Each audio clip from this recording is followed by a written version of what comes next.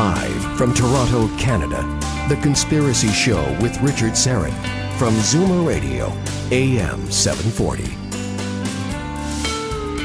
Welcome to the Audio Imaginarium. Come on in, weary traveler. Hang your cloak on a peg, grab a stool, and come gather around the fire. There are stories to be told, and you are among friends. Gary Wayne, the author of The Genesis 6 Conspiracy, is standing by to talk about the return of the Nephilim, and he is with us for the full 2 hours. I can't wait to dive into this conversation. However, just a few programming notes. My technical producer tonight is Duncan Briggs.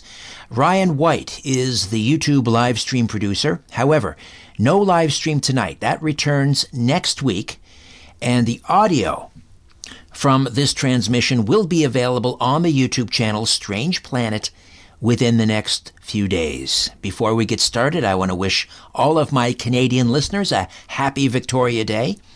And I also want to note the passing of Stanton Friedman, who died last Monday at the age of 84.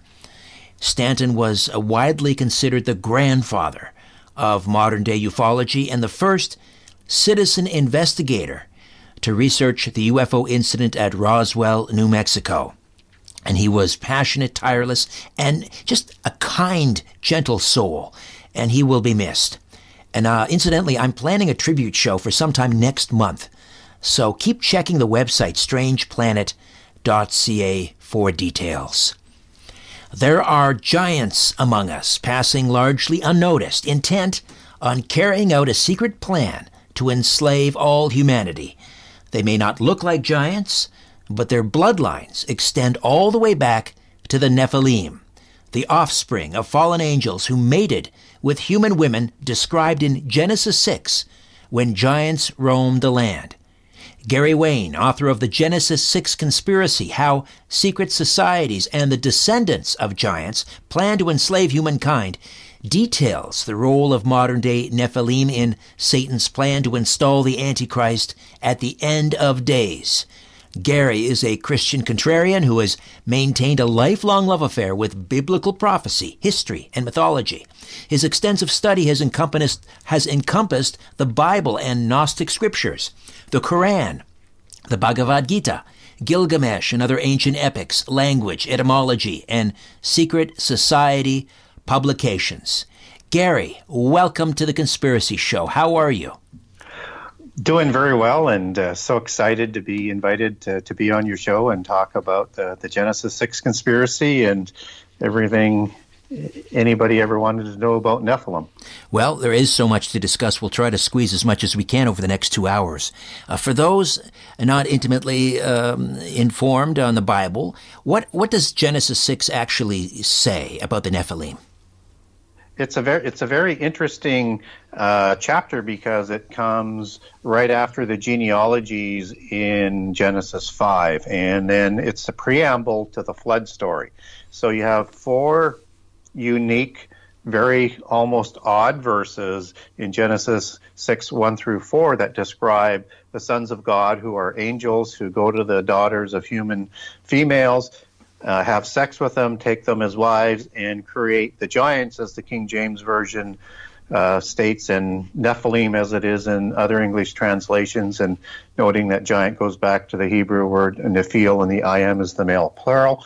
And these were the demigods and the heroes of old and the men of renown, the mighty ones. And so we have this very interesting verse that is put in where the flood story is about to begin, because right after this account, it goes into the Noah account and the building of the ark and the flood that's coming. And it is setting the context for why the flood comes.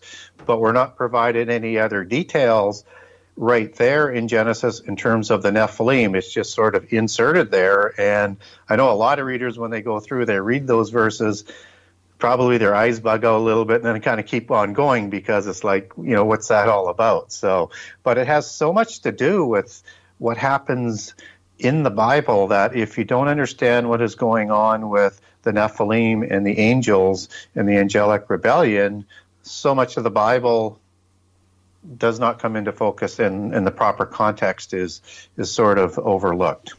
And is Genesis 6 the only place where the Nephilim are mentioned? Nephilim only shows up in the Bible 3 times. In Genesis 6, where it says giants, and then Numbers 13:33, where, again, the word giant is used in the King James Version Bible, where it's talking about the Anakim, who are Rephaim, who are said to be the descendants of giants in that passage. The other root words where giant goes back to for all the other times in the Bible is the word Rapha or Rephaim, again for the male plural, just as these tribes that are showing up after the flood, and in Deuteronomy 2 lists a lot of them. There are more beyond that, but tribes like the Anakim, tribes like the Emim, the Zamzuzzim, the Avim, the Horim, and so many others are all giants and Rephaim, and are different branches of the Rephaim. So technically, to answer your question, Nephilim only show up for the most part before the flood, but then a distinct being that seems to be the same kind of being, and perhaps from a second incursion or a different branch of the Nephilim, do show up after the flood and continue all the way to the times of David in the Bible. And what about in the Apocrypha? It seems to me they're also mentioned in the book of Enoch. Yeah, once you get outside the Bible, that gets to be, again, a very, very common term. So first, Enoch, which most people are aware of, is a very, very good book to read for additional context to the angelic rebellion and the Watchers. Of course, Watchers show up in Daniel 4, and I think those are the seraphim angels that have the serpents of a face. They're the fiery serpents, as they translate back to seraph and seraphim again for the male plural. And you get the whole account of the Nephilim, of the creation, in a lot more detail. And first Enoch runs very, very consistent with the Bible. It's got a few corruptions. We don't have the original manuscript out of Hebrew. We have Aramaic and the Giaz version of it that comes out of Ethiopia, and that's the longer version of First Enoch. But for anybody who wants to learn more about it, I would very much encourage them to read that book for the context, because it runs very, very congruent with the Bible. And is there any dispute? I mean, I know that you gave us sort of the etymology of Nephilim in Hebrew, but still there are those who argue, no, that's not what it meant. What do you say to those people? Well, and I think we need to respect everybody's point of view on these things. And what they tend to say is that these were just the sons of Seth, and called the sons of God because they were the followers of God. Except that, humans mating with humans aren't going to be able to create monsters or giants and or demigods, because they had the immortal spirit that was passed on to them, which is why in Genesis 6:3 God steps in to limit all life to 120 years. It takes a few generations for that to kick in moving forward after the flood, but it does kick in, and that's in response to the creation of these sons of God who are taking human females to create these Nephilim, who are called Gibrim, which are the mighty ones, and the men of renown, which is Shem and Shemaim, and Shemaim is the heavenly ones, and so they're the offspring of the heavenly ones. When we get into the definition of sons of God, a lot of people will jump in and say, well, wait a minute. You have the sons of God that are discussed in the New Testament. And that it's very much true that we as Christians, and those who are Christians, are going to be adopted as sons of God through the resurrection and because of Jesus' resurrection. And we're going to be adopted as his brothers and as sons of God, and we're actually going to reign over and judge the angels in the future time. The thing is though, that is after their resurrection, so that's a future forward thing, and it has nothing to do with the sons of God in the Bible. So if you get into, let's say, Job 1:6 to 1:38, verses 4 through 7, you have the sons of God in the King James Version Bible, and many of the other English translations, it'll just simply say angels. And these are the sons of God who present themselves to God in the throne of God, which humans have never done. And Satan accompanies these angels, and Satan, of course, is the chief fallen angel of the rebellious angels in Job 1 and Job 2. And in Job 38, they are cheering on creation at the time of creation with the morning stars. And of course, humans weren't there in in the creation of the universe. And secondly, you have a whole host of other terms that are used to describe angels, as in stars, as in morning stars in Job 38. You have the heavenly host, and they all support each other as being the same type of beings. And these rebellious angels are known as the gods in the Old Testament. And Psalm 82 talks about this council of ruling gods after the flood, so different from the ones that were before the flood, because the impassioned ones are put into the abyss of Revelation 9. But everything in the Bible goes to discussing that these sons of God were actually angels, and they created these giants.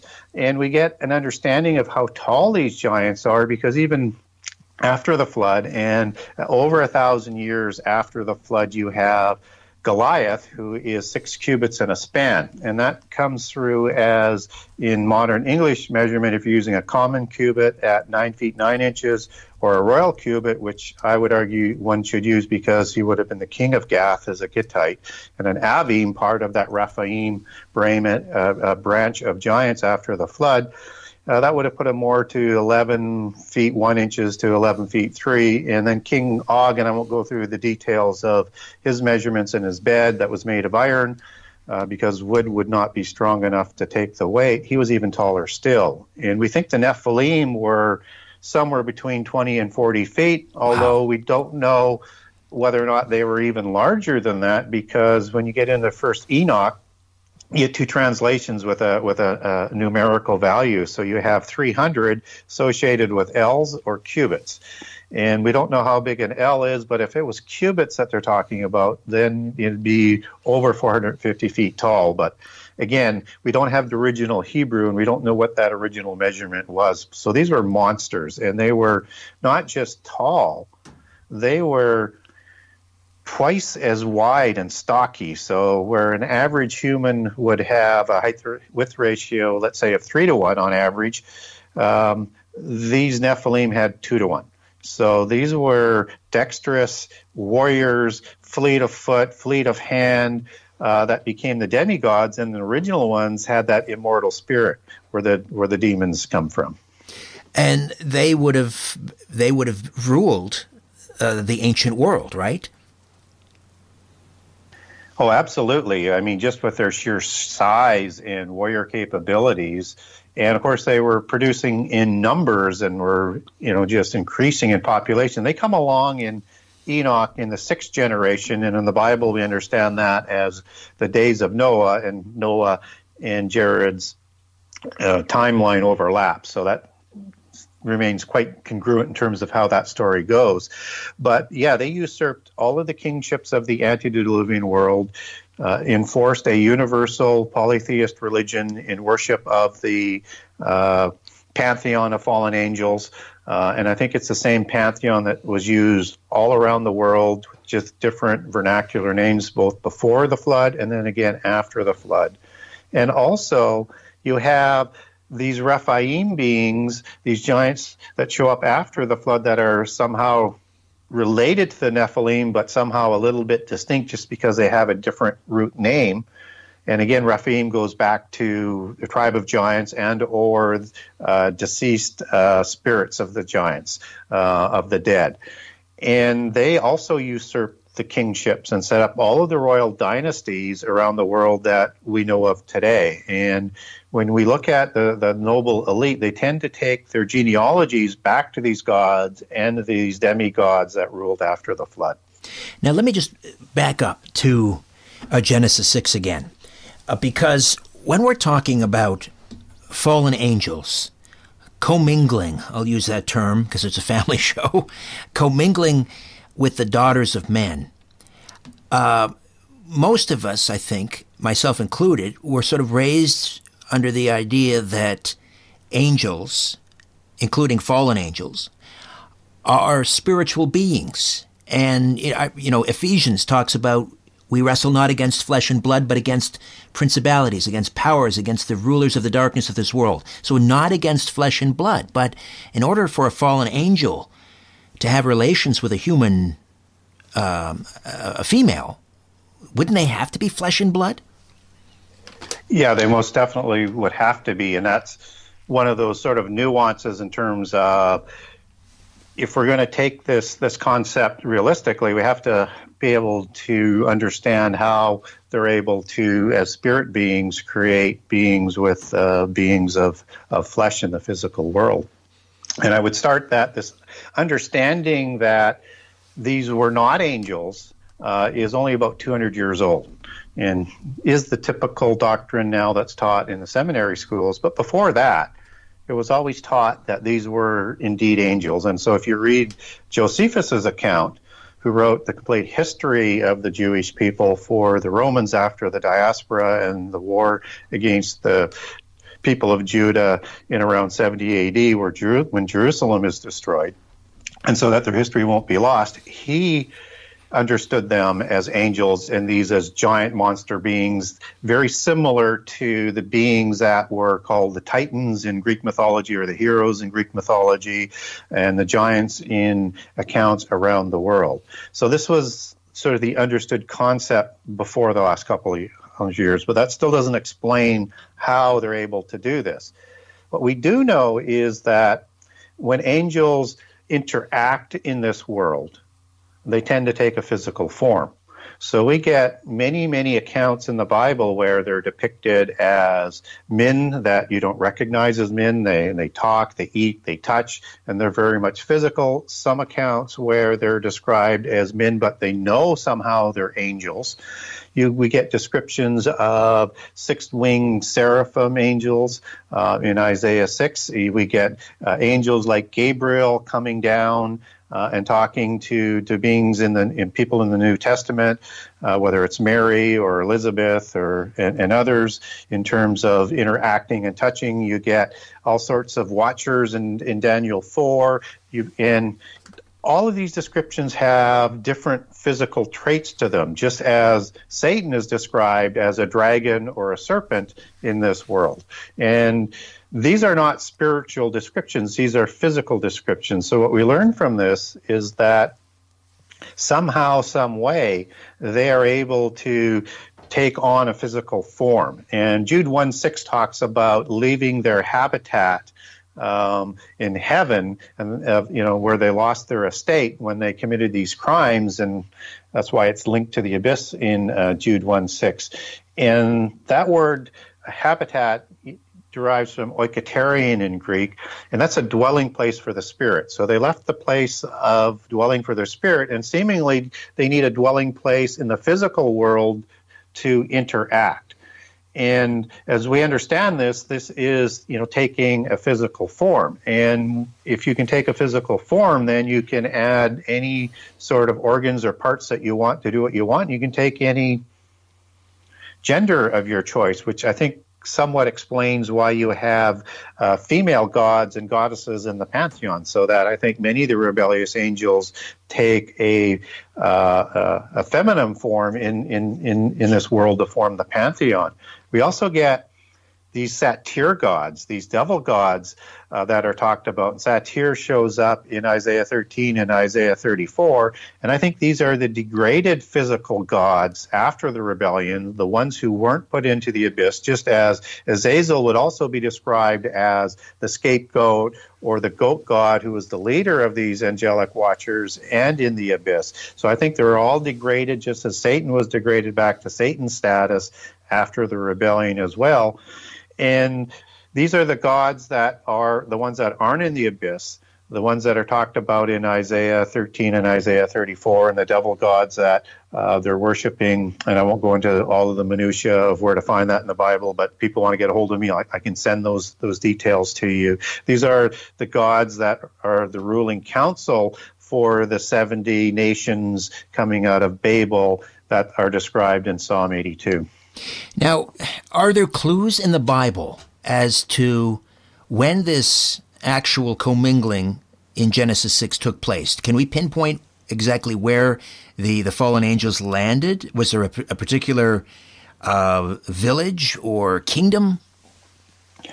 Well, biblically, we're not told that they come in a visit to do this. We're understood that these were the watchers who governed the physical world before the flood.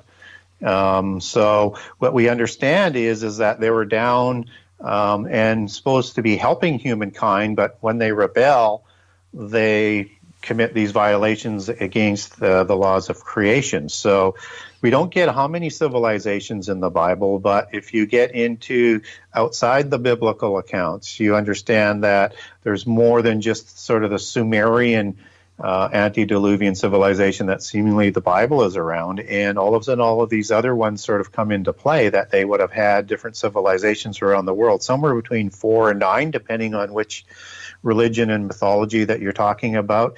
4 and 7 seem to be the more traditional civilizations, and these were all cult centers. So you can imagine civilizations like Atlantis, which again has a identical story to Genesis told within it, and a terrific parallel polytheistic account of the same story.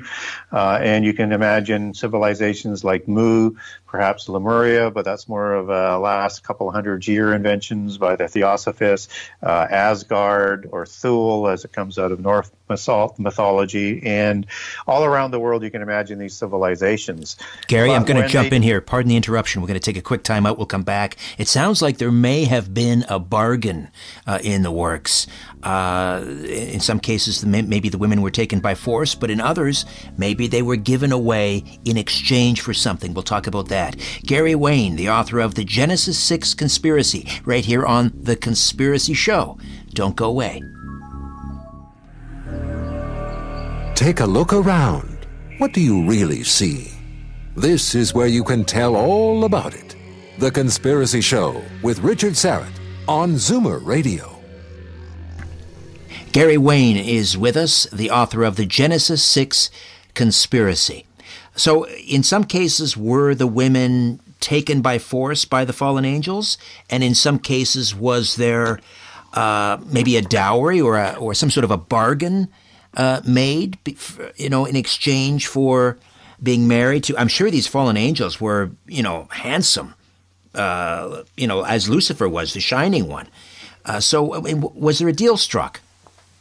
Well, I think there were, and it goes sort of hand in hand in terms of when and how they were created. And so what we're told in Enoch is that Satan leads them to Mount Hermon. And of course, Mount Hermon is in the Bible and is the region of Bashan. And so this is where it's thought that the first incursion took place. And then there would have been other incursions, because we're told that they took anybody they chose, took any wife that they chose. And I think that they chose quite often because it says that they were created these giants then and then afterwards. We don't know whether that is for all the years until the flood came, there was multiple recreations, or that is referencing a second incursion after the flood. But we know it took place more than once, and we know they chose the wives. So whether or not they were forced or some of them volunteered,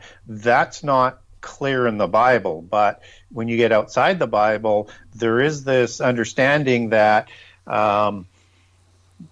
if the angels could take any form that they want, they could make themselves very appealing to women to entice them to have sex. And secondly, they tended to offer knowledge and power for being their wives to produce these babies, although I'm not convinced they were rewarded from that in a physical sense, because we're told, and particularly in the Kebra Nagast, which talks about, which is the Ethiopian Old Testament for people not familiar with the Kebra Nagast, it talks about the birth of these babies, and they were so large that they couldn't be delivered through normal manners, and so they did sort of a barbaric cesarean delivery that caused the death of the mothers.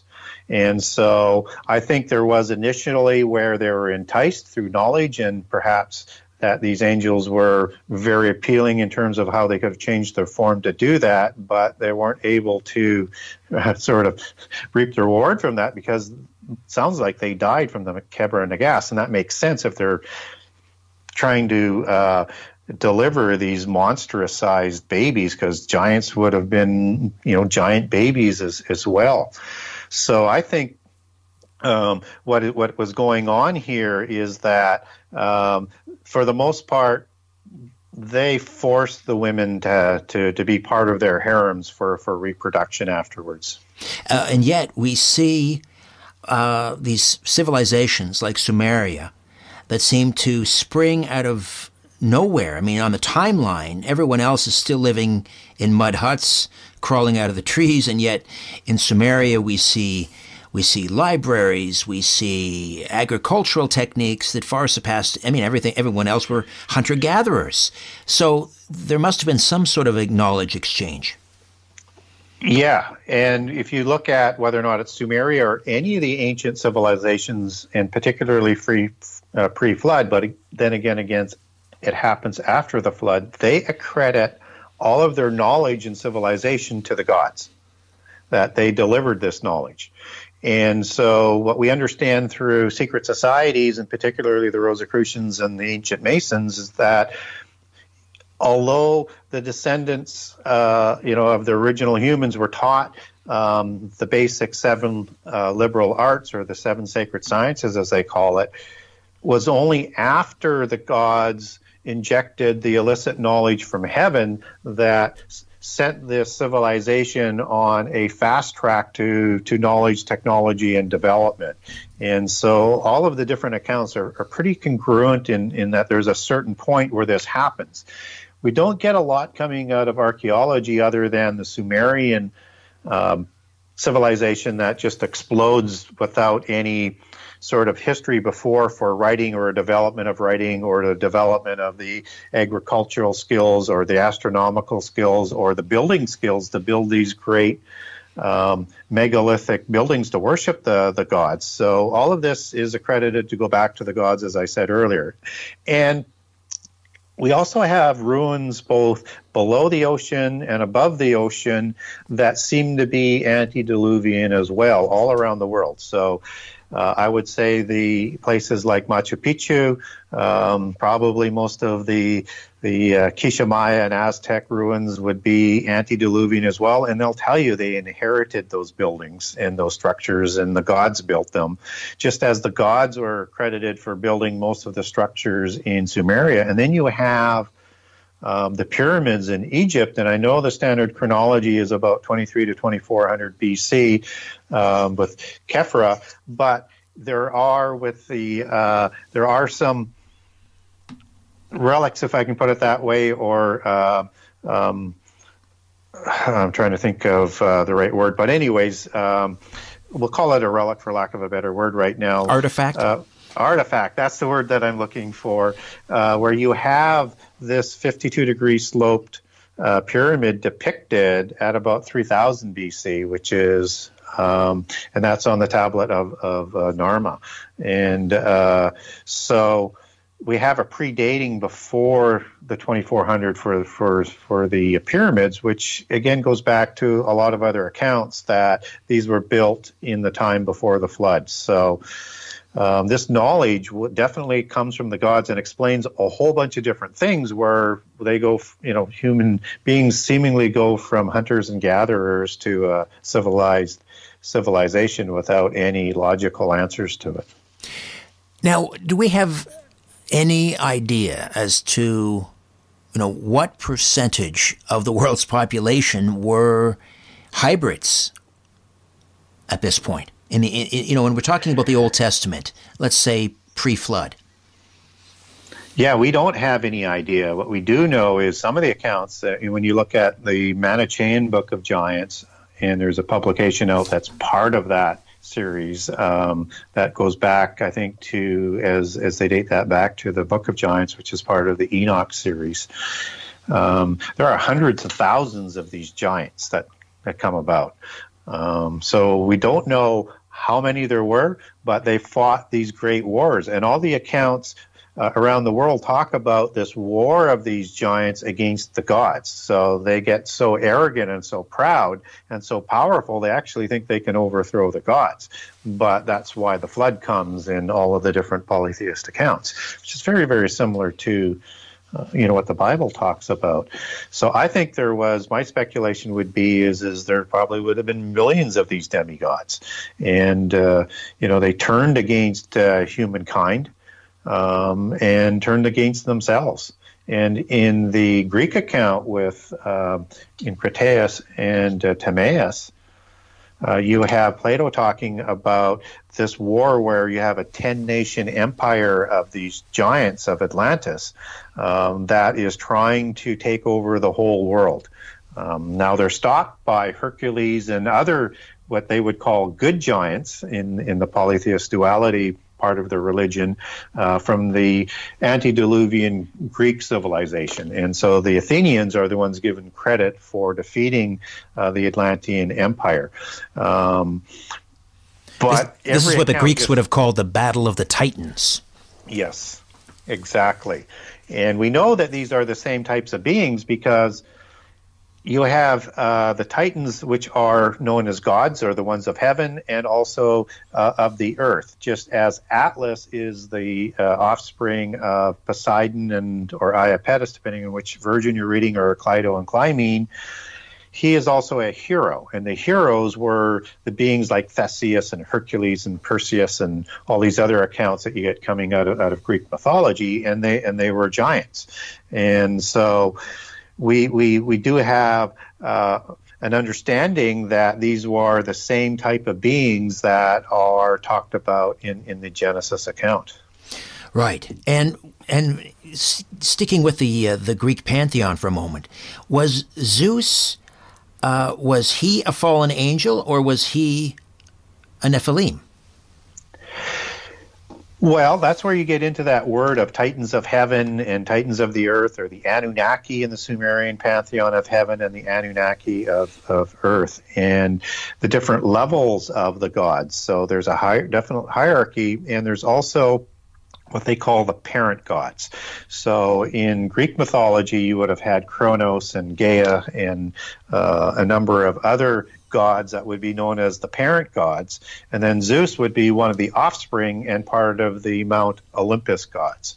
And you get sort of the same understanding in Egyptian mythology and religion with the Ogdoad gods, which gods like Ra would have been part of, and then Osiris, which would be very much similar to Zeus or Zeus, would be part of that second level. And those would be all offsprings of gods mating with gods. And so there would be the lower level of gods. All right, I've got to jump in here again. We'll take a quick time out. We'll come back and continue to discuss the Genesis 6 conspiracy with Gary Wayne right here on The Conspiracy Show. My name is Richard Serrett. Don't go away.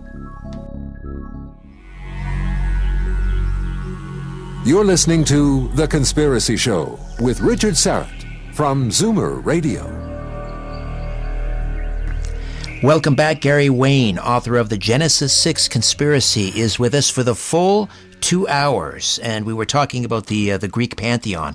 I just wanted to circle back to the Old Testament for a moment, and I remember as a child I was always confused, as I'm sure many young Christians were, why the God of the Old Testament seemed so wrathful. He was constantly ordering the Israelites to go into this village and smite, to kill every man, woman, and child. And that just I couldn't reconcile that with the loving God of the New Testament. And some people claim, that, that's because it's two separate gods. And I never bought into that, of course. But in light of the fact that the gene pool was so contaminated, and there were millions of giants running around, is that what God was ordering the Israelites to destroy? These hybrids? They were demons, right?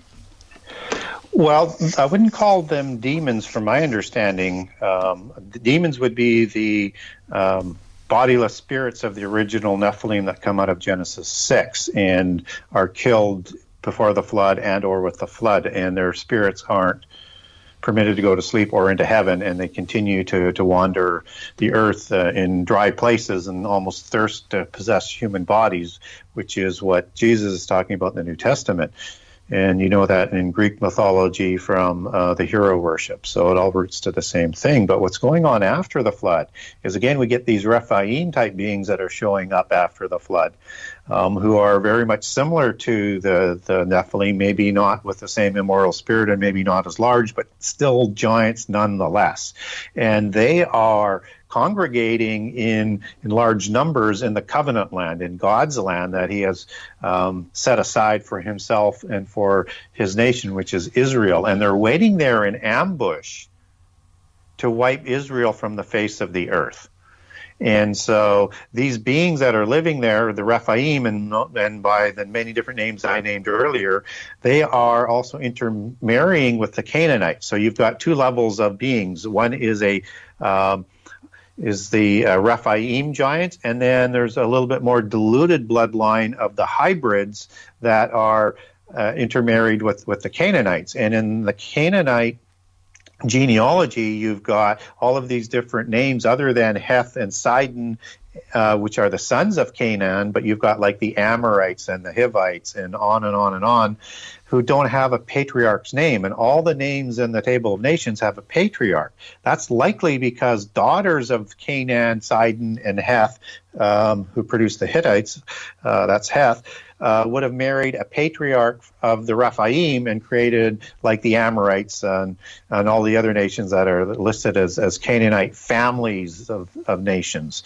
And so these were the nations that occupied the land, with the Anakim and the Avim and the Horim and the Hivim and the Rephaim. And these are all of the nations that Israel are going to have to encounter without having the ability to manufacture chariots and smelters for iron and heavy shields. And they're going to go up against these powerful giant armies, hybrid giants, and humans occupying the land who have all of these other weapons. And so they're there to prevent the giants from wiping them, the newly formed nation state of Israel from the face of the earth. And Israel is going to take the land from these beings who have waited for them to show up so that they can slaughter them. And so this is that big overarching war that's going on. And they're told not to leave any survivors of these people who have polluted the land in terms of their polytheism and the degradation of their idols and the things they would have said against the God of the universe, so that they're not going to affect Israelites going forward. Unfortunately, Israel doesn't follow that through completely, and they leave survivors, and it comes back around, and you see this as part of the Israelite history until their diaspora in 721 with the Assyrians and then with the Babylonians in 587 to 89, and then again with the Romans after they reject their Messiah. So I've just got about maybe 30 seconds here, but if someone was the descendant of an Nephilim and intermarried with the Canaanites or whomever, but intermarried with humans, because that person has, I guess, the DNA of the fallen angels in their ancestry, does that mean that they are beyond redemption? Well, many people say so. I don't believe that. I believe that Jesus' atonement is greater than all of the sins in the world except for a deliberate violation against the laws of creation. So that if you have that bloodline or that DNA or that gene of Isis, as they like to call it, that doesn't preclude you from salvation. It's your free choice to choose God and Jesus for your own salvation. And if you do, those sins would be forgiven. All right, we'll take another time out, come back, continue discussing the Nephilim, the bloodline of the Nephilim, and how they are still among us and ready to enslave humanity. Back with more of The Conspiracy Show. My name is Richard Serrett. Stay with us. Different views make great conversation. This is The Conspiracy Show with Richard Serrett on Zoomer Radio. To speak with Richard live, call 416-360-0740 or toll free at 1-866-740-4740. We're back with Gary Wayne, the author of The Genesis 6 Conspiracy. First, how do we get a hold of the book, Gary? Well, you can get a hold of my book through my website, Genesis6conspiracy.com. That's Genesis 6 with the number 6conspiracy.com. And on that website, I give a generous example of all 98 chapters so you can get a good feel for the book. And you can buy a signed copy from me there, or you can link over to Amazon.ca or to Amazon.com or on BarnesandNoble.com or over to the Kindle version in both the U.S. and in Canada.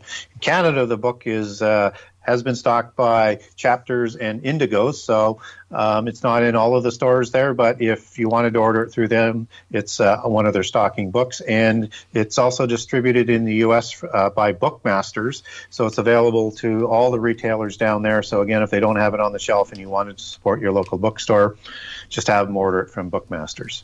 Let's talk a little bit about the flood and the reason for the flood. Moses and his family are described sort of as the last pure blood. Is that accurate? Is that what was going on, that they were preserved because they had no Nephilim blood in them whatsoever? Well, I think that's why we get the genealogy coming down for Noah, so that we know that his genealogy goes right back to Seth, and we don't see any intermarriage in there in that direct descendancy. And so we presume then that the wives would have the same pure blood within the Sethian line, and no crossbreeding going on in the mix. We're not told that. We're not told whether, who the wives' names are and what their genealogy is, but that seems to be what God is doing is trying to start the new world free from that contamination within the human genome, and to give everyone a second chance.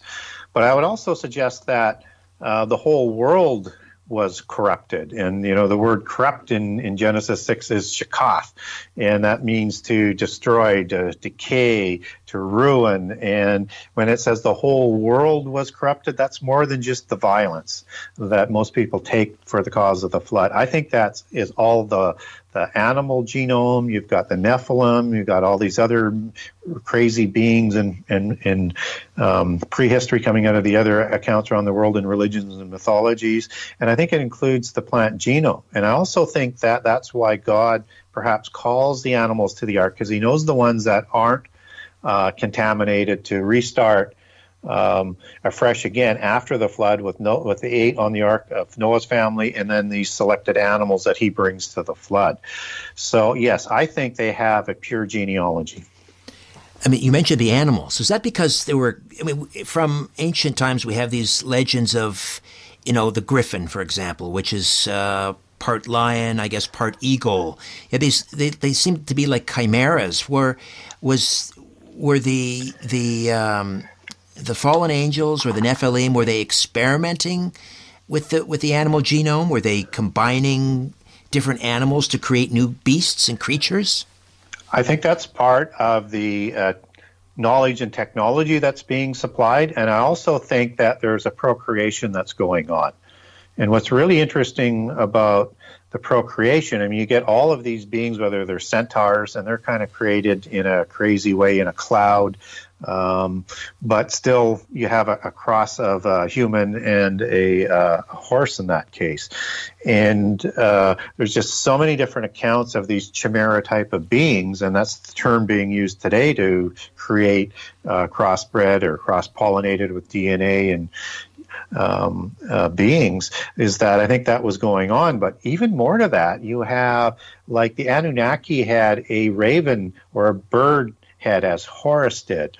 And you get these accounts all around the world, like the Tengu, for example, of these Nephilim-type beings that had a bird type of head. Or you've got these lion warriors that come out of prehistory. Again, you have gods with lion heads in all these different accounts around the world. And the Watchers were seraphim who had the face of a serpent. They were called fiery serpents, as you take that back to Hebrew. And it's thought that their offspring looked just like them in the first generations. And so you had these all sorts of giant beings with these animal-like looks that, were dominating the royal dynasties both before and after the flood. And that imagery still goes with the royal families even today. You see dragons and you see lions and these types of things in these coats of arms. So I think this was very widespread. And after the flood, how did the giants, how were they able to return after the gene pool, if you will, was supposedly chlorinated? How did they get back? Yeah, and there's no agreement on this, and we don't have a smoking gun verse other than Genesis 6 tells us that after, when the sons of God go to human females again, and afterwards, a lot of people also say that means that there's a second incursion. We don't get that out of the Bible, but it makes the most sense. And so I think there was the original incursion, and those impassioned angels went to the abyss, and then there was another incursion on Mount Hermon or in Sodom again that created giants again after the flood. The other ways we'd have to go into polytheism, where you get different accounts, let's say like in the Epic of Gilgamesh, where you have Utnapishtim, who is a classic Anunnaki archetypical demigod, 2/3 god and 1/3 human, and all of his family are giants. And this seems to be a similar story to the Noah story, but different on the details, but a Nephilim survival story on an ark. So in that bucket, you've got people on an ark somehow off the world in the earth, but somehow angels would have saved them to get into the post-Diluvian world. And then other people, which I'm not a fan of, but I think it's a possibility, is that the wives carried the DNA or somehow there was a stowaway on the ark. I go with second incursion just because it's just, you don't have to fit scripture around that, around the concept. Now, the giants that were vanquished, of course, we have the story of David, the shepherd boy, later to become king of Israel, destroying or killing Goliath. At some point, the giants are either killed off or driven out of the Holy Land. And then we have reports, archaeological reports and so forth, of giants showing up in the New World or in places like Peru and all over South America. Did they get on ships and sail west? What do you think happened to the giants? Well, yeah, that's a big question. And so what we do know is they are pushed out of the covenant land. We also know, and as I stated earlier, they also start the dynasties. And there's fewer and fewer of these giants as humans are moving all over the place to wipe them from the face of the earth. So they're going to intermarry to keep their bloodlines going with humans and to keep their bloodlines pure to create the metallic dynasties that are talked about in the book of Daniel, that are sort of the seeds, as we understand it, Western civilization to the European dynasties. So we have a migration that comes out of the Middle East and into Europe that are going to form those dynasties. And out of that is a related account that's the Tuatha De Danann. And these are the ones who escape out of Tartarus in the accounts, and Tartarus is located in these accounts in Scythia, and they migrate south after the flood into the Promised Land in the Middle East. They march north to settle up the Danube and into Russia, Sweden, and Norway, and over to England in another direction, and Wave, and Ireland. And so you have blonde hair, blue-eyed survivors of giants with pale skin, and you have pale skin, red hair, hazel-eyed giants. And it's thought that many of these red-haired ones were the ones, for the most part, that migrated to North America after that, because whether it's the North American accounts in archaeology or it's the South American ones with the Peru skulls that are being discovered now, they have this red hair that goes along with the discoveries. And the DNA is taking that back to Scythia.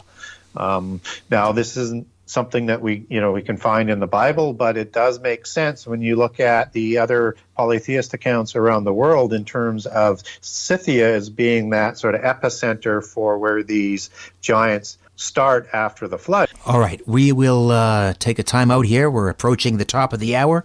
Gary Wayne will stay with us into the next hour, right here on The Conspiracy Show. Thanks for inviting me into your home, long-haul truck, RV, camper, taxi, your parents' well-appointed rec room, your loft, that greasy spoon just off the interstate, and your cabin in the woods.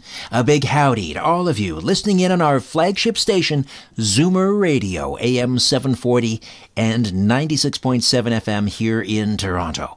Hi to those of you listening in on one of our affiliate stations across North America. And hey, you streaming us at zoomerradio.ca, and those of you streaming us on our YouTube channel, Strange Planet. However, and wherever you're listening, I bid thee the warmest of welcomes, and I thank you for your fine company. Gary Wayne is the author of The Genesis 6 Conspiracy, and he is with us for the full 2 hours. Just a quick programming note. Next week, Dr. Elena Gabor, past life regression therapist and author of Home at the Tree of Life, will be here for the full 2 hours, and we will be live streaming next week. We are talking about the Nephilim, the offspring, hybrids of fallen angels and human mothers, the giants from the Bible, the men of renown of ancient times, and how the bloodline of this Nephilim are still among us, and they will rise again in the end times to enslave humanity, according to my guest, Gary Wayne. So just give us, as we proceed into hour two, the big picture as to why Lucifer ordered the fallen angels to corrupt human blood, if you will. What was the end game here?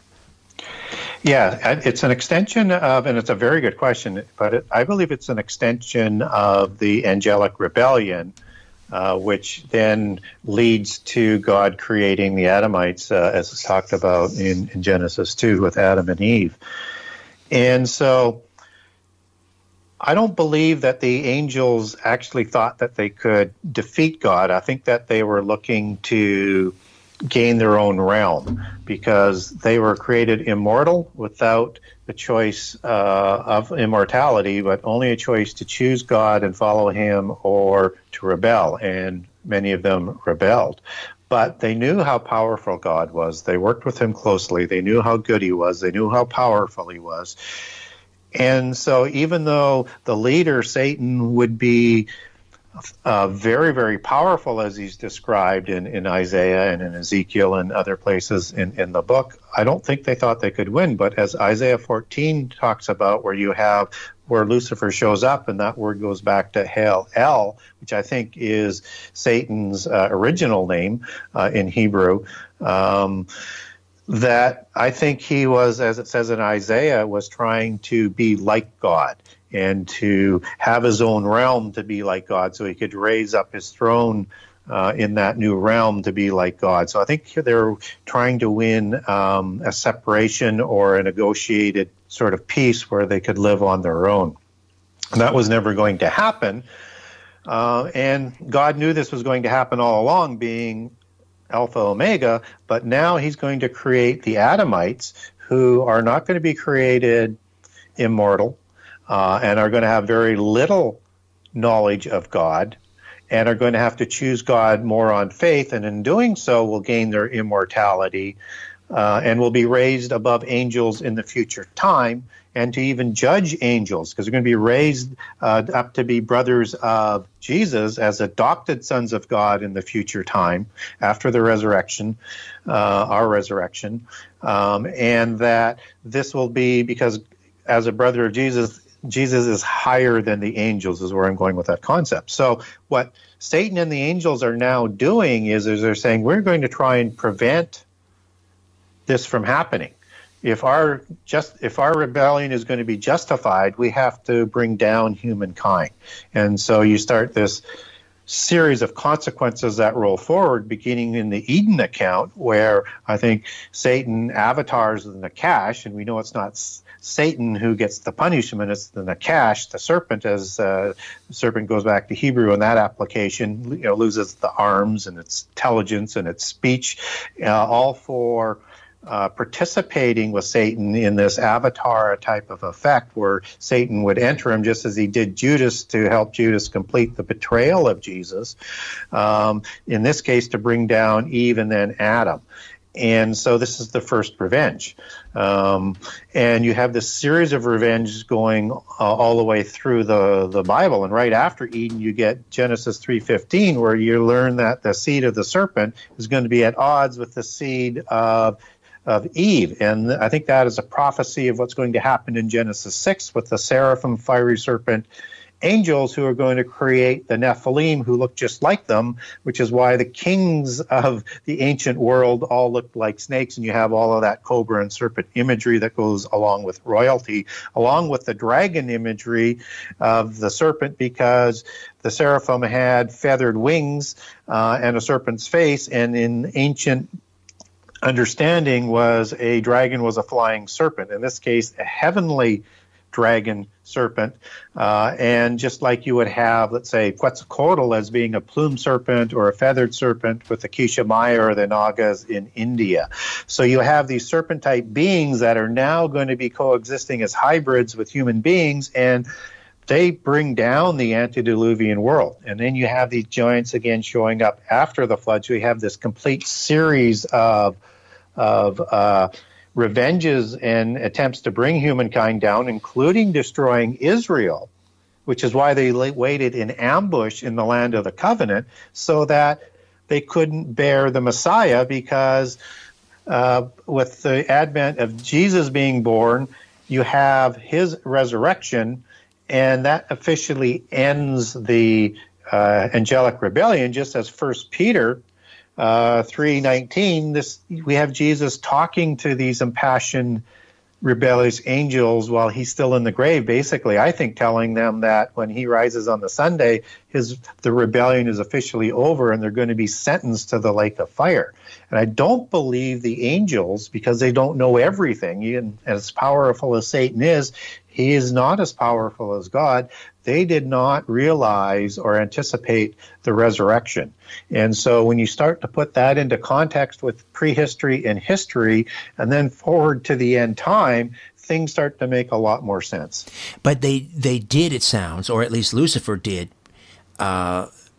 realize that Jesus was coming. There would be this birth of the Messiah. And so was the game here to purposely corrupt the gene pool in order to forestall the birth of Jesus, or was it simply to kill the Israelites and destroy, let's say, the line of Judah, the tribe of Judah, the line of David, and so there never would be a Jesus?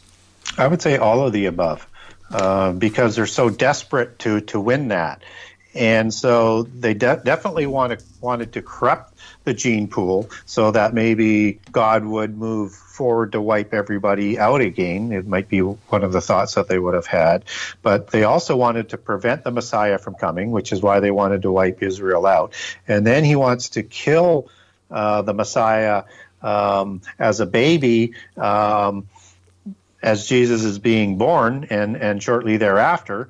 And then you have, the resurrection, which puts an end to this. So all of what they're doing is trying to either wipe Israel from the face of the earth or prevent the Messiah from coming, and or by wiping Israel from the face of the earth through the Amalekim, which is part of the Rephaim breed, and the son of Eliphaz and Timnah, who are Eliphaz is the son of Esau, who is the brother of Jacob, who becomes Israel and inherits all of the blessings and the birthrights.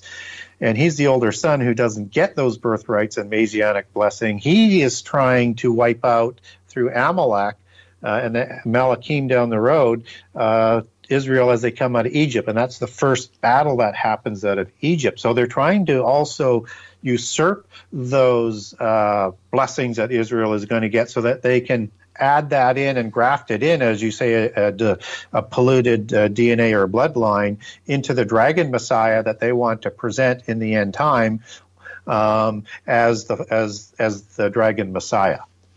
So the bloodline of the Nephilim continues through this time, through, let's say, the period of the New Testament, but there aren't physical giants running around, correct? So why is that? Where were the giants?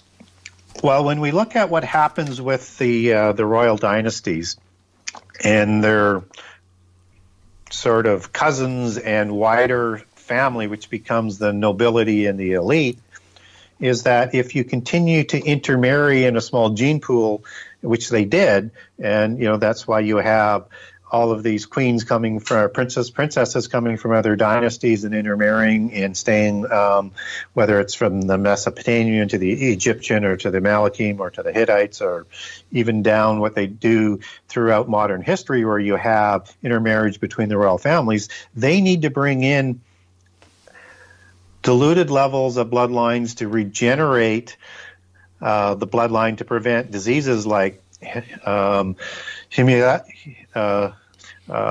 trying to think of the hemophilia. Hemophiliac disease, thank you. And let's say Habsburg jaw is another example. So there's a lot of, through interbreeding, a lot of diseases that they have to make sure that they don't interbreed too tightly. And the more you dilute the bloodline over time, the less you have of that original size and look of what the giants originally had. So over time, I think they've lost that. A lot of people disagree with me on that and say, well, no, they have a changeling ability, but we don't really have any proof of that. But what we do know is there's this continual dilution of that pure bloodline. And they keep their pedigrees of these genealogies right back into prehistory, because the purer the bloodline, the higher the pedigree within that sort of organizational cult. And so that's why I think they've lost their size and that serpentine look for the most part over time. But if you look at somebody like Akhenaten, who was considered one of the most ennobled bloodlines of that period of time, 1200 to 1400 BC, depending on whose chronology you're going to use. If you go to a King Tut museum and look at a statue of Akhenaten, you see the serpentine look. And he's got this protruded chin, these high cheekbones, these almost alien-like wraparound eyes, this elongated skull, and it looks like a serpent. And so I think even at that point, which would have been over 1,000 years after the flood, you still see some of those traits. But over time, I think they've taken on more of that human-type look. So what we have is the descendants of the giants, which my book follows those bloodlines in terms of what they're doing, how they create the secret societies, and how they want to bring about this rendezvous, get their co-conspirators and creators out of the abyss, and to have this war against the God of the universe.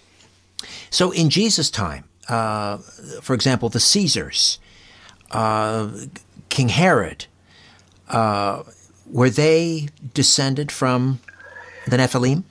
Yeah, I think so. And so Herod, he takes his bloodlines back through the Edomites and back to Esau. Esau and the Edomites are the same. And he has significant Amalekite and Horim bloodlines that he comes out of through the Edomite kings. And again, I've got documents on all this stuff. If people want to get a hold of me, you can get those documents. It'll walk you through step by step. Just get a hold of me through the website.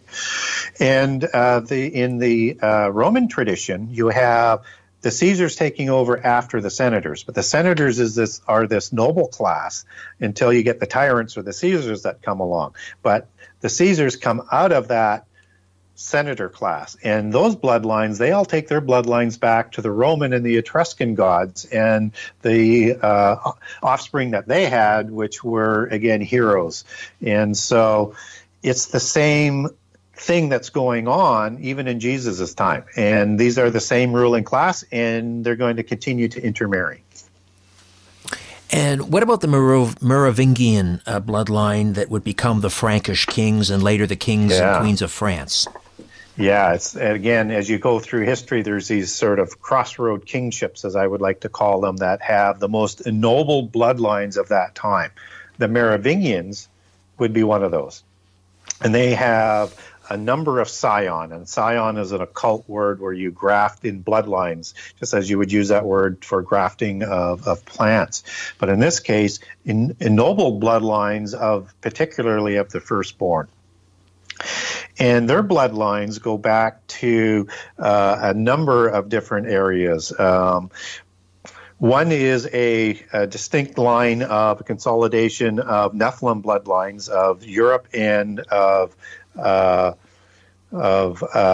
Middle East, and also they're intermarrying and grafting or scioning in those bloodlines from King Saul, who was the first king of Israel, and they say that comes through from two different sources, one from Mary Magdalene that I'll touch on in a second, and one through the Sicambian Franks, where you've got some Benjamites that migrate up and intermarry with the Sicambian Franks. And so that's important because that gives them the rights in terms of what they say to Jerusalem, because Joshua gave the Benjamites Jerusalem in the time of the Exodus. And that's why you need to follow the King of Jerusalem title if you want to follow some of these bloodlines and the allegories that they like to connect together and display in plain sight. And I think Antichrist is going to crown himself the king of Jerusalem, just as Baldwin was the first king of Jerusalem, who is the brother of Debulion, who's a descendant of Dagobert of the Merovingians and one of the founders of the Templars, is crowned first king of Jerusalem in 1118, and then it falls down through the Habsburgs, and now is with the king of Spain through the Bourbons, who comes out of the Habsburg-Lorraine bloodline. But I digress. And then you have the bloodlines of David that they've scioned in there, and you also have what they believe to be is the bloodline of Jesus and Mary Magdalene, because they believe that Jesus didn't die on the cross and that he was taken down. I don't believe that. This is what they believe, and they've scioned that bloodline in. So they've got all of these ennobled bloodlines that have come down. And it's one of those great sort of crossroads of history where you've got so many ennobled bloodlines, and most of the bloodlines of the royal families today will trace their bloodlines back to the Merovingians. And how that bloodline gets in from Jesus and Mary Magdalene into the Merovingians comes down through the Joseph of Arimathea and the Grail literature, where in their belief, Joseph of Arimathea takes Josephus, which is the third son, as they like to say, of Mary and Jesus after he's saved from the crucifixion, and they're going to marry into the Pendragon Celtic dynasties after settling in Glastonbury, and that's going to produce a princess called Aragon, who's going to marry Amenabad of the Merovingian dynasty. So, and the amazing thing is they have all of these genealogies that they've kept track of. And a good classic example of, and to connect back in a little bit of what we were talking about earlier in the show, is the Windsors of England and Prince Charles. He's on record on saying that his genealogies go back to Vlad the Impaler. Yes. And Vlad the Impaler was this red hair, hazel-eyed character, pale-skinned character that the Dracula character is based on, and his bloodlines go back to the Scythians as a Tuatha Danann. So that's just a classic example of how they value these genealogies and how they track them. But for those monarchs who claim that they can trace their bloodline back through the Merovingians, through Jesus and Mary Magdalene, for one, I don't believe Jesus had children. I don't believe he was married to Magdalene. I don't believe he survived the crucifixion. So that, to me, is that a deception? Are they trying to artificially graft their bloodline to the house of David in order to gain legitimacy? Yes. I believe it's false and alleged. They say they have the evidence, and that's how they're going to sort of bring Christianity down in the end time as one of the major pieces, so that they can enfold it into the universal religion. But yes, it's what they're trying to do, so that they can claim a pedigree that is so great that nobody will dare to deny it. And that even though they don't look at Jesus as being the Son of God in Gnosticism, they do believe he's a great prophet, that he was an incarnation in that Christ consciousness belief system, just as Vishnu or Shiva incarnated many times. And Jesus would be one of what they would call these enlightened prophets sent to help humankind on their path as they evolve into godhood. I don't believe in any of that, but that's what they believe, and it's what they do with their belief that we need to understand. Again, Gary, how do people get a hold of the book? Best way to get a hold of the book is through Amazon.com, Amazon.ca, or Barnes & Noble, or you can go to my website at the Genesis6conspiracy.com and get a signed copy, or link over to any of those places that I just mentioned, and or get a link into the Kindle version. Right. All right. Let's take another time out. We'll come back and continue to discuss the bloodline of the Nephilim and how they will rise again to enslave humanity. Gary Wayne, my guest for the full 2 hours, the author of the Genesis 6 Conspiracy, right here on The Conspiracy Show. My name is Richard Serrett. Stay with us. Question everything. This is The Conspiracy Show with Richard Serrett on Zoomer Radio.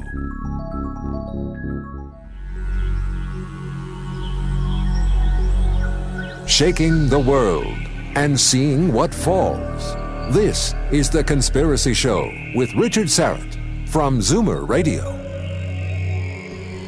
We're back with Gary Wayne, the author of the Genesis 6 Conspiracy.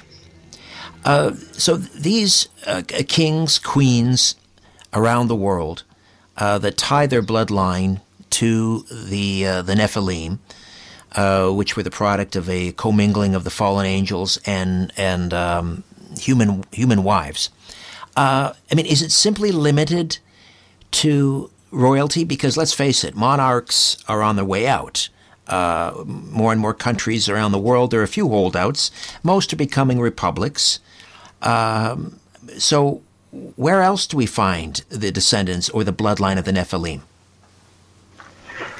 It's a very, very good question, and it's very, very true that the visibility of the royal families aren't there. I mean, we have, the English crown, but they're just not visible and showing that visible control everywhere. And over the last 100 years, they've stepped a little bit more further back and into the background, but still controlling things. And they have a whole series of orders within the royal families, whether or not it's the Rollo bloodlines that go back to the gods of Odin, which is the Seraphim order, or it's any of the other orders that that the royal families have throughout Europe. These are the orders that control, the lower level orders of secret societies, and the conduit is the Rosicrucians, where you have the upper half of the Rosicrucians being the purebloods who report up the ladder to these other orders, and it goes something like this. So the Rosicrucians report to the Committee of 300, which reports to the Council of 33, which reports to the family of the 13 families, and then intersecting in those top layers, you have all of these royal blood orders, and so they control the world through their organizations. So they're not very visible, but those bloodlines are still there. And they're the ancient names, not ancient, I guess medieval names would be a better way of saying it, whether or not it's the Sinclair family, which are the St. Clairs, who actually are that bloodline of Rollo. They changed their name to St. Clair after they expropriate Normandy from the French in about 911 AD. You've got names like de Bouillon, de Payon, and Anjou, who were founding members of the Knights Templar, who were the descendants of the last Merovingian survivor, Dagobert, of the Lorraine region. And the Anjou produced the Plantagenet, which most of the presidents take their genealogies back through King John of the Magna Carta, and that was the Plantagenet dynasty at that point in time. You have families like the Habsburg-Lorraine, which is an intermarriage of the Anjou out of Lorraine into the Habsburg dynasty. You've got the Stuart family, which is at that point in time now becomes the unicorn family, which is, again, the most ennobled of that time. You've got the Bourbons of Spain, who I mentioned, who have the King of Jerusalem title today, and on and on and on. These are families that are in the background who are still pulling the strings. And who stands, is there a bloodline that stands in opposition? For example, I don't know, I'm just blue skying it here, but Jesus had a half-brother. His father Joseph had a family before. So there was James, who I believe became the first bishop of Jerusalem and was martyred. Is there a bloodline there that is preserved and that stand in opposition to the Nephilim? Well, what happens is that these groups of people, they are drafting Jesus's family and Jesus and John the Baptist in as Essenes into their bloodline and organization. Falsely, I believe. The family of Jesus is called the Despacini. And we do know that they're still active in the church. And actually, when Constantine is setting up Christianity as the state-sponsored religion of Rome, which I think you also mix in a lot of Mithricism, but that's another rabbit hole.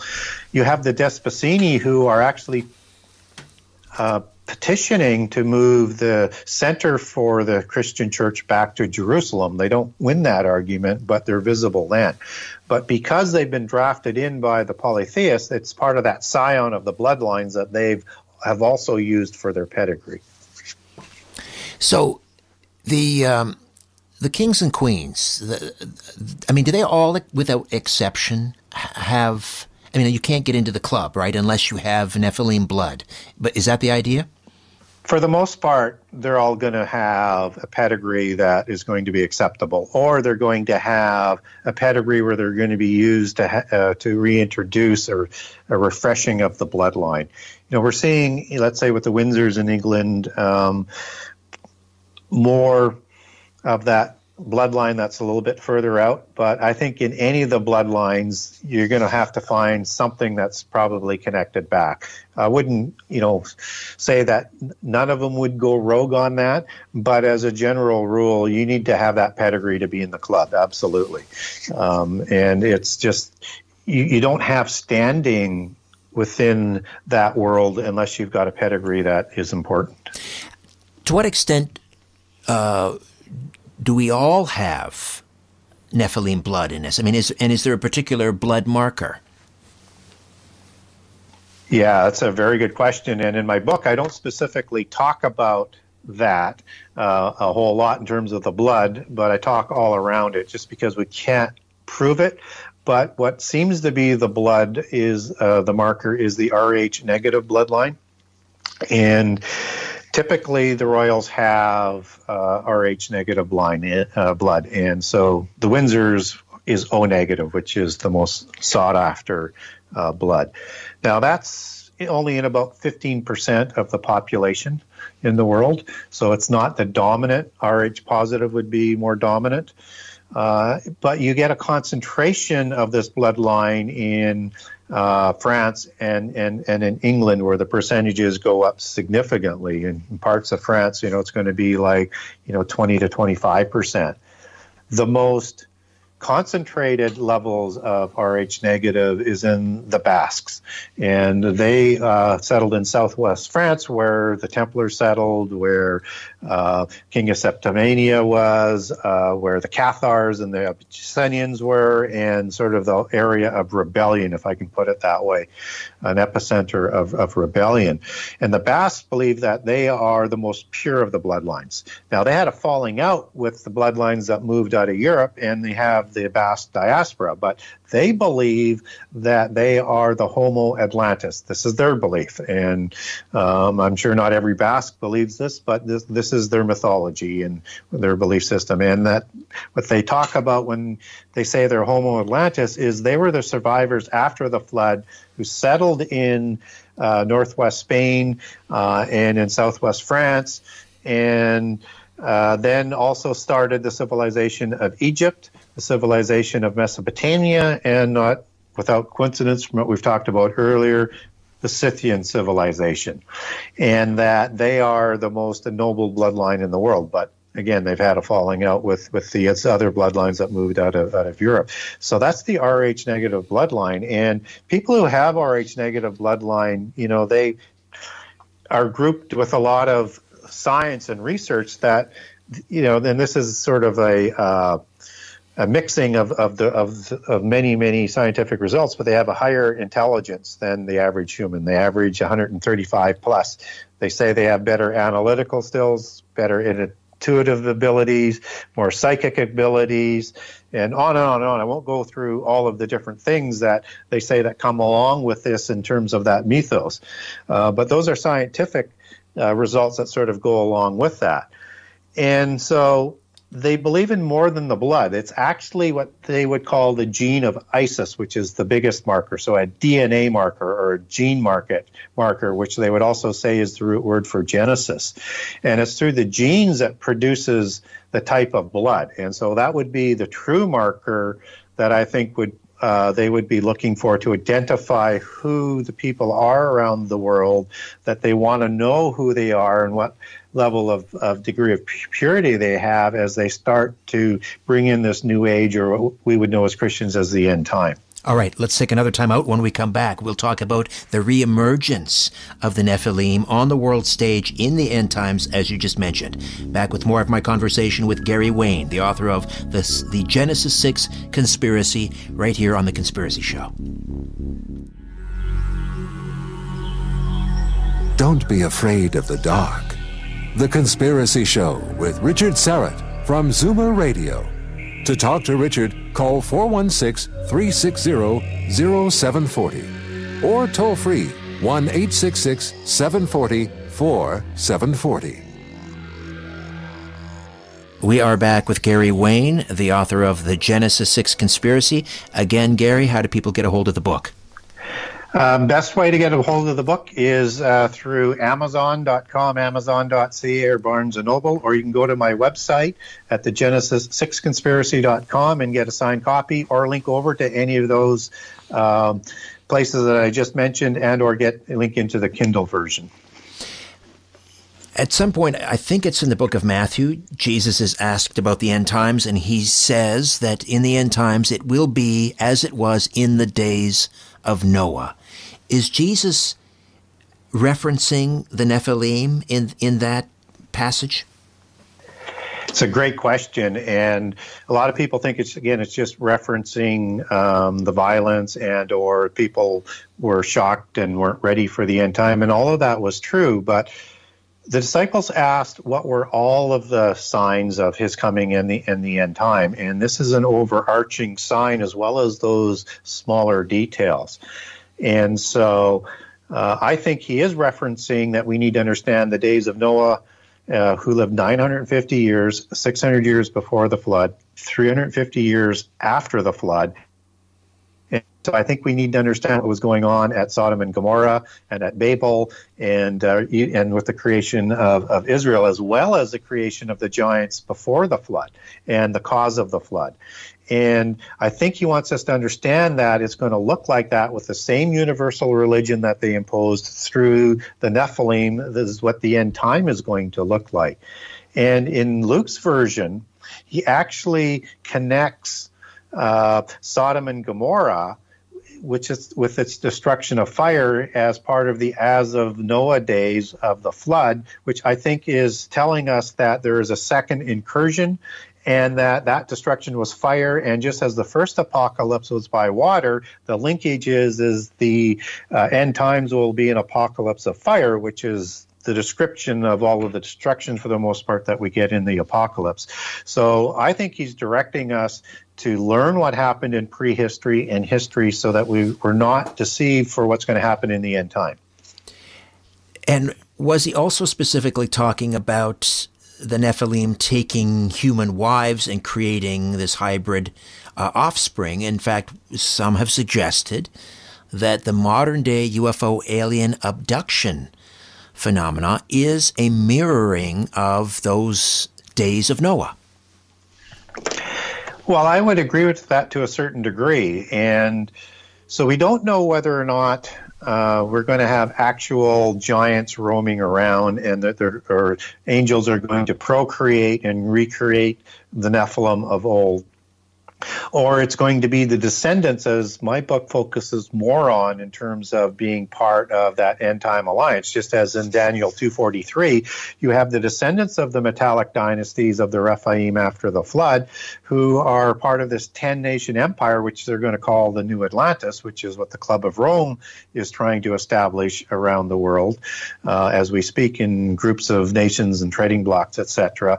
But anyways, these descendants are going to intermix with the seed of men. So we know there's going to be a representative of these bloodlines that are going to intermix with human beings in the end time. Or there's going to be a recreation. I think we need to be open to both. And or is there another way to create Nephilim?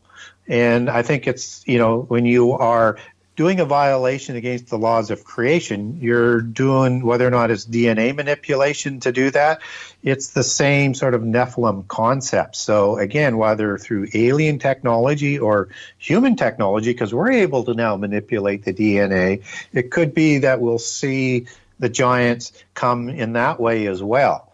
I would also be open to the fact that if one accepts that the spirits of the Nephilim didn't die, they didn't go to sleep, and they weren't permitted into heaven, and they've been roaming just as Jesus was dealing with like Legion and other thirsting demon spirits at his time, that they're still out there, and that with the technology that is being developed right now is that there could be clones or transhumanism or whatever else is going to come out of this this technology, where these demon spirits might be able to enter and lead sort of the armies of the end time. And or you're going to create all of these fantastic biological weapons that are part animal, because you get some crazy descriptions in Revelation 9, in Joel 1 and 2, and the Gog and Magog war, which I think is reflective back of there's a Nephilim influence to that World War III that happens with that 200 million man army and after the beings come out of the abyss in Revelation 9. We just have about 10 seconds. Just give me a yes or no and we'll follow up later. So in the end times, we will see a return of actual physical giants? Somehow, some way, yes. All right, we'll leave it there and we'll pick up on the other side. As I say, Gary Wayne, the Genesis 6 Conspiracy. Stay with us.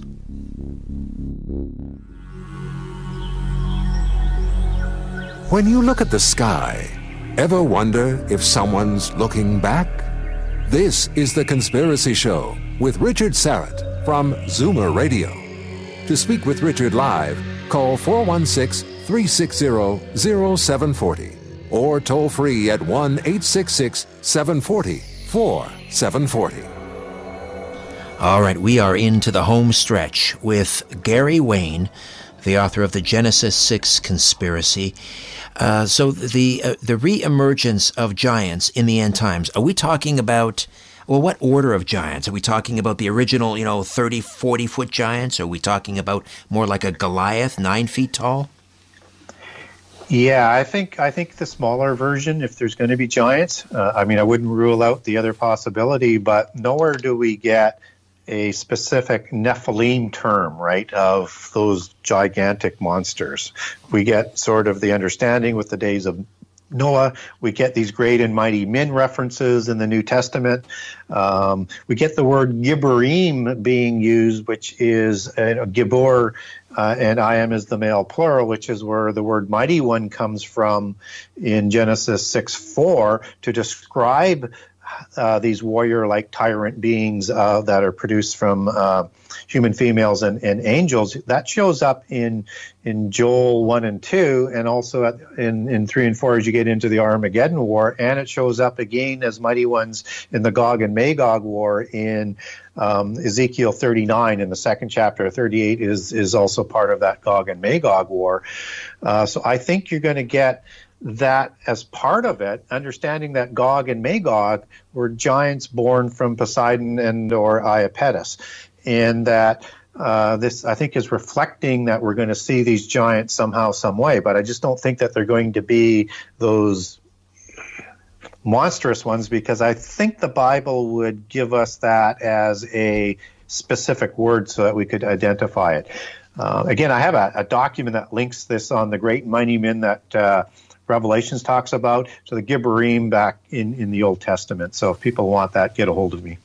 And are we going to see an entire army descending on Israel, comprised of these giants? I think they're going to be leading the army in that Gog and Magog war, Joel 1 and 2, and that 200 million man army that has all of these crazy beings that are described in it marching on Israel, yes. And I think, and this is the people that God is going to stand and defend and destroy that army that is just going to utterly shock the world. And I think this is the war that, as Antichrist is rising to power, is going to take credit for as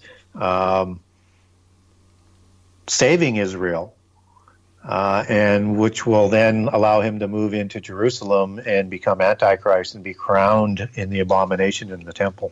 So this is the false peace that he will create. Yes, through a false Armageddon.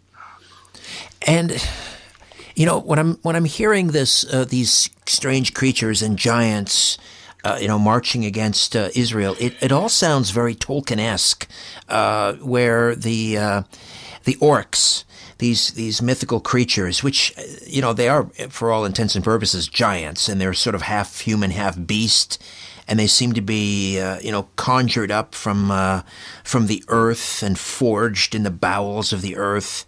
I don't know if you read Tolkien, but I'm guessing that must have been his inspiration.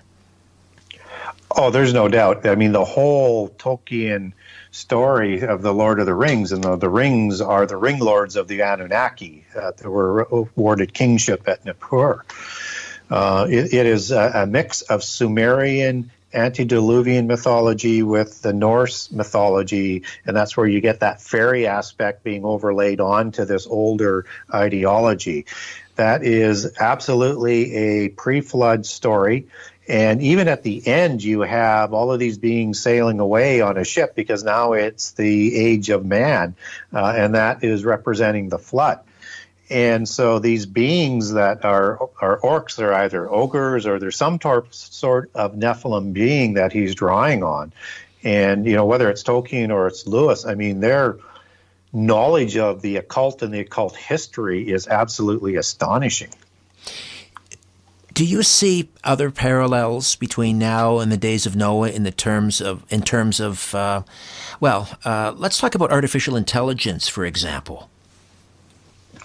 Yeah, and I'm going to connect that now back to as in the days of Noah. So we talked about that knowledge earlier on in the show of how the seven sciences mix with the knowledge and the illicit knowledge from heaven, from the gods and the fallen angels, and that this sent the technology on a very rapid increase, just like what we're having going on today. And I think that their technology was actually greater than what we have today, is because, and I think that because we're not in the end time right now, and so our knowledge is still developing.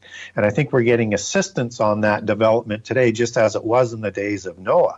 And I think AI is part of that illicit knowledge that's being ramped up to help bring in the end time.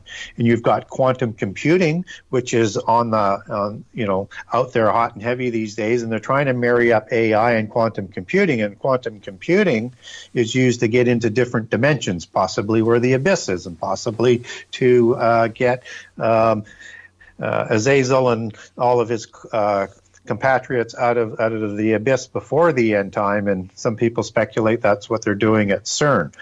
And so, I think all of this is coming together, and it's also going to be part of the mark of the beast.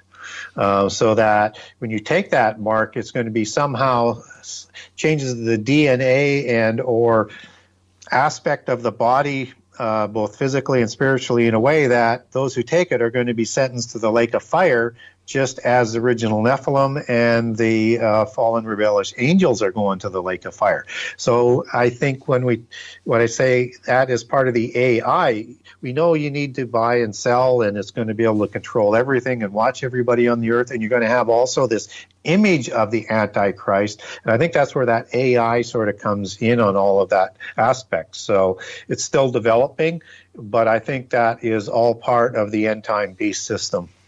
I had Pastor Mark Biltz on the program a couple of weeks ago, and he suggested that it's quite possible that the Antichrist himself will be a cyborg. It's certainly possible, but he's also going to be at least human. I mean, but cyborg is part human. We do know he's going to receive a mortal head wound, and we do know he's the one who once was, now is not, but will be again, and comes up out of the abyss. And so it's like Azazel who comes up out of the abyss, and I link him to Abaddon and Apollyon. And he's also called the Son of Perdition. And so I think what's going on here is that Azazel is going to enter into Antichrist in the end time after the fatal head wound, creating the false resurrection on his rise to becoming Antichrist and being crowned in the temple. And Antichrist is also called the Son of Perdition, and perdition goes back to a set of Greek words that includes Apollyon. And so that's a connection there that I think is telling us that he's going to be working with Apollyon and Abaddon also means destroyer as Apollyon. And Abad is the word that is used in Jeremiah 51 as the destroyer. And Antichrist in that prophecy is going to destroy Babylon, just as Antichrist destroys Babylon in Revelation 17 and 18 with the help of the 10 kings of the end-time empire. What's really interesting about all of that is that Antichrist in Daniel will honor the good of forces, and that goes back to the Hebrew word amauz, and mauz is rooted in a series of words that are az, and like azaz and ezed, which starts to lead you back into a goat definition, and all meaning for forces, fortresses, powerful warriors, things like that. And you also have Azazel coming out of Hebrew in Leviticus 16 for the word scapegoat, and also rooted in the same set of words. And of course, you put the el suffix on Azaz, and you get arrived with an angelic name as in Azazel. And Abaddon and Apollyon aren't names of angels, they're just words describing destroyer, and Azazel was the destroyer of the antediluvian world. So I think you've got all of that AI stuff going on. I think you've got all of the technology, but you've still got the bloodlines that are going to be involved, and you've got this avatar thing going on with Azazel and Antichrist, which brings him to the crest and pinnacle of power. Gary, I can't believe the 2 hours have flown by so quickly. I've enjoyed this immensely. Thank you so much. Well, thank you for having me. I know we covered a lot of areas, so hopefully the information made sense, and thank you for having me. The Genesis 6 Conspiracy, Gary Wayne. Thank you. All right, my thanks to Duncan Briggs, Ryan White, back next week with a brand new program. Until then, move over, Aphrodite. I'm coming home. Good night.